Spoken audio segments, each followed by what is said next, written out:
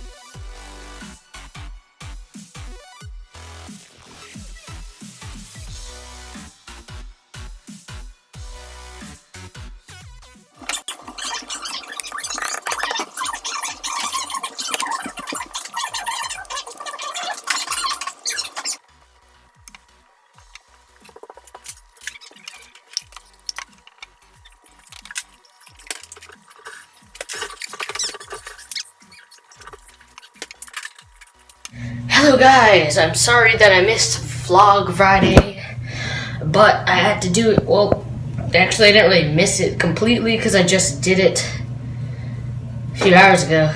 And now I'm doing the outro like hours later. But I'm on schedule. Don't worry. Anyways, thank you guys so much for looking at a screen.